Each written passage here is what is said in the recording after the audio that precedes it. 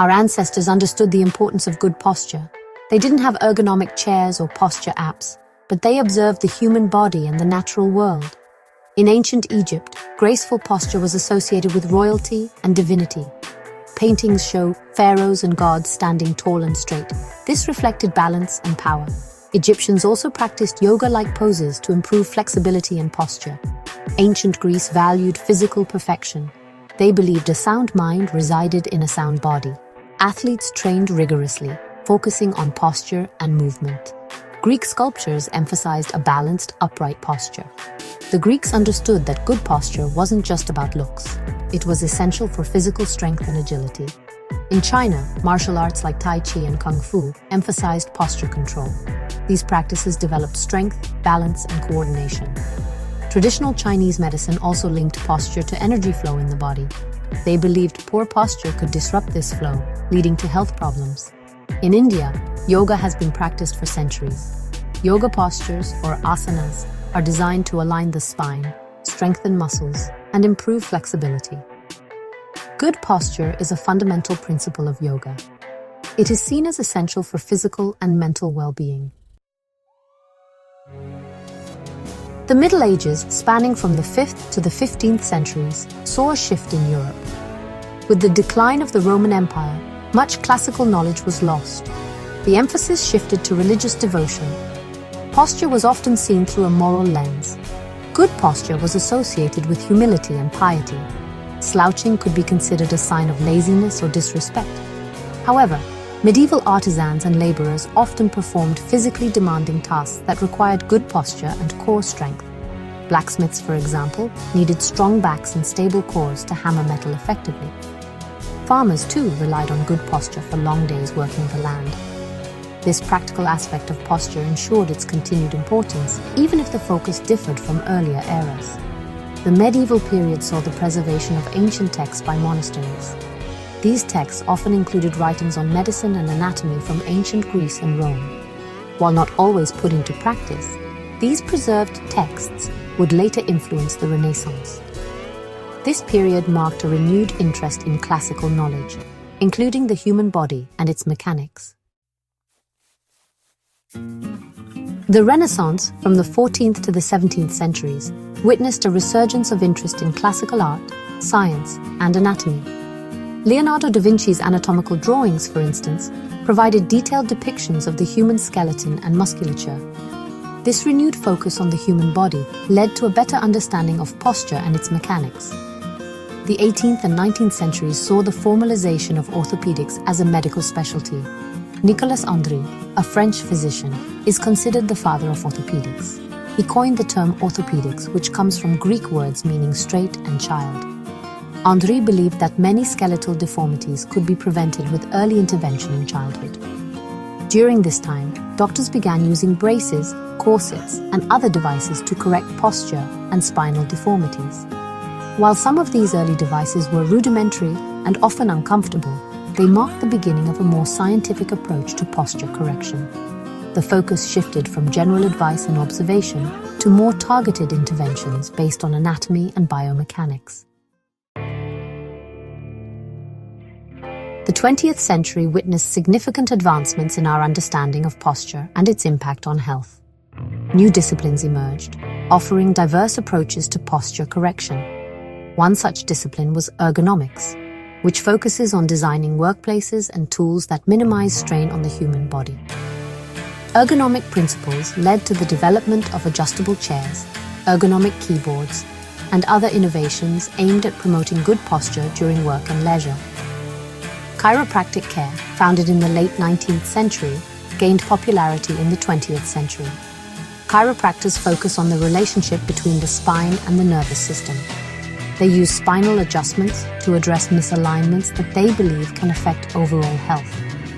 While chiropractic remains a subject of debate within the medical community, it has undoubtedly raised awareness about the importance of spinal health and posture. Physical therapy also emerged as a prominent field in the 20th century. Physical therapists use exercise, manual therapy, and other techniques to improve mobility, reduce pain, and correct posture. They work with patients to identify muscle imbalances and develop personalized treatment plans. This approach emphasizes active participation from the patient in their posture correction journey.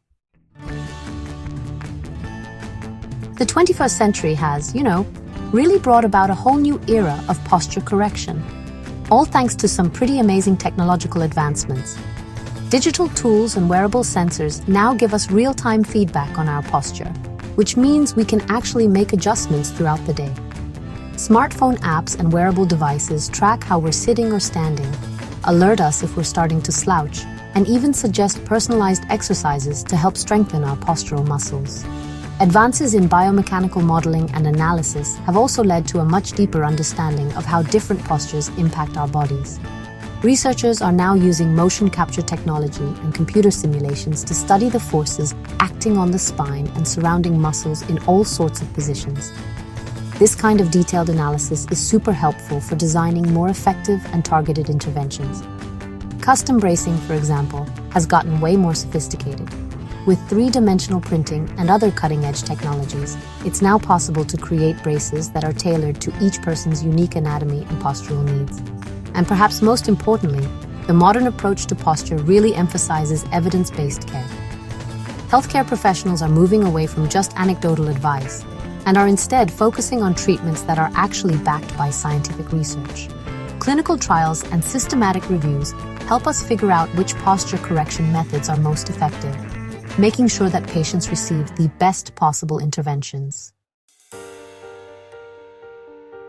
Looking back at the evolution of posture correction reveals, honestly, a fascinating journey from ancient rituals to modern science. In ancient civilizations, posture was often intertwined with spiritual beliefs, social status, and cultural values. Good posture was encouraged through observation of nature, traditional practices like yoga and martial arts, and the visual arts. The emphasis was on achieving harmony between mind, body, and the surrounding world. The Middle Ages saw a shift towards a more moralistic view of posture.